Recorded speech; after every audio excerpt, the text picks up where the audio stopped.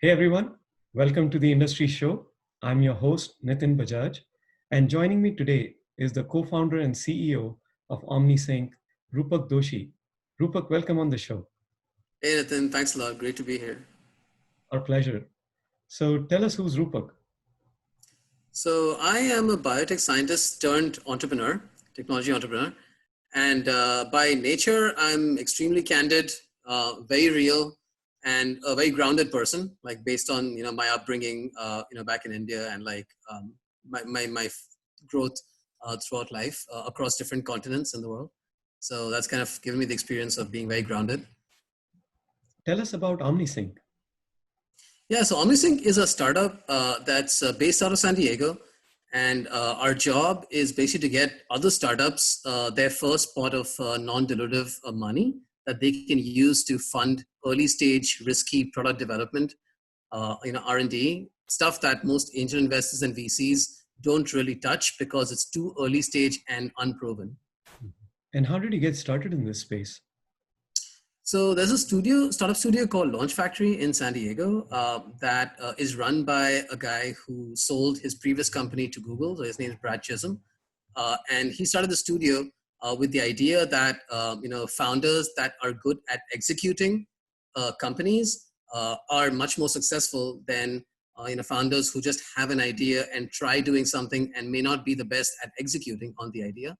And so they conducted a founders recruitment process in 2019, which was nationwide, in which my co-founder Norman and I participated, and then we won the competition, and that kind of gave us the opportunity to start this company with some investment. Industry that you're working in now, how big is it? What kind of specific opportunities exist, and what are you guys focusing on? Yeah, so there's upwards of like 500,000 startups or so, in the US. And the sad part is that obviously everyone knows that most startups fail, but people don't realize how big of that number that is. So like data suggests that less than 10% of startups are successful, like survive, the 3 to 5 year period. And out of that, actually less than 1% of those actually are successful in getting investor money. And so you're talking about 95% of this industry either not being able to produce the inventions that they've conceived, or not being able to fund the ideas that they had to even bring the invention to market. If I were to put this in perspective, there is $4 billion out there every year for startups that are doing this high risk research, even before they have built any kind of a prototype. And I'm guessing OmniSync comes into picture because that money is not easy to get, right? We're dealing with the government. There might be certain hoops to jump, and that's where you come into picture.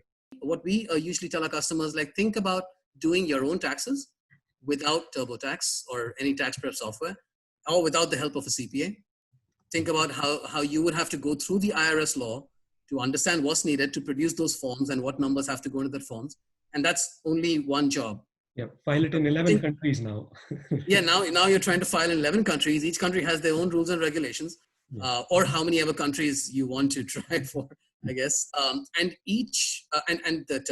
taxes have maybe 3, 5 at the max, 8 to 10 forms that you have to go through.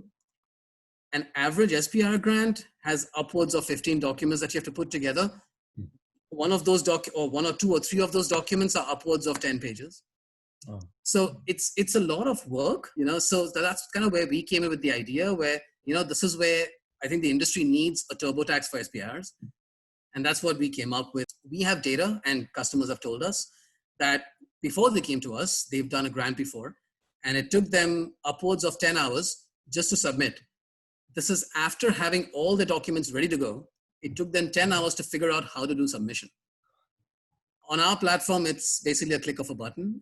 So that's how our customers have been getting a lot of value from us.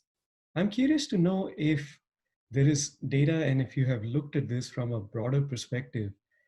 There is $4 billion each year. One, how much of that is getting subscribed to? And if some of it is left over, does that follow through into the next year, or we lose it? Oh yeah, so we have actually looked at this. Like a lot of agencies happily exceed their budgets, to pay to give more grant money away if they get more proposals that are worthy.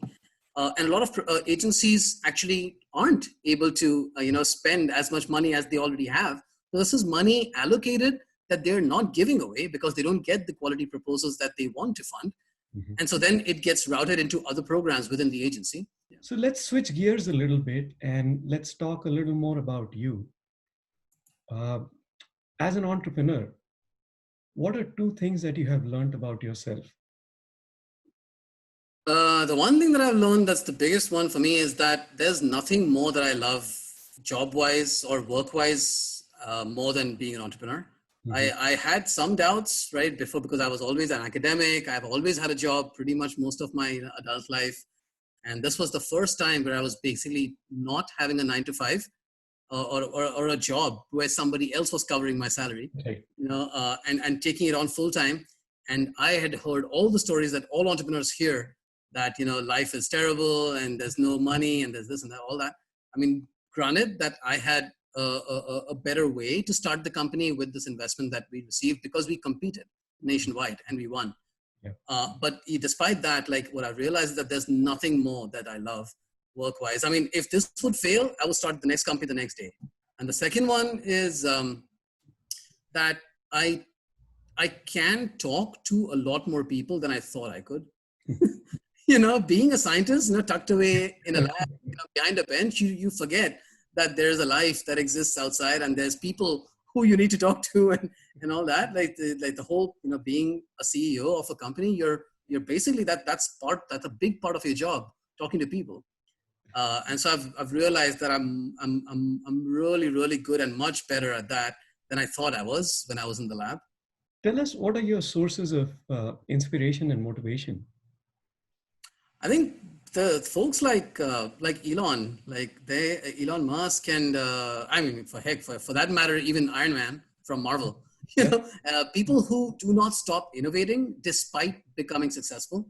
I think that's a really rare quality to find. There are lots of people who are very smart, but once they hit success, they are done.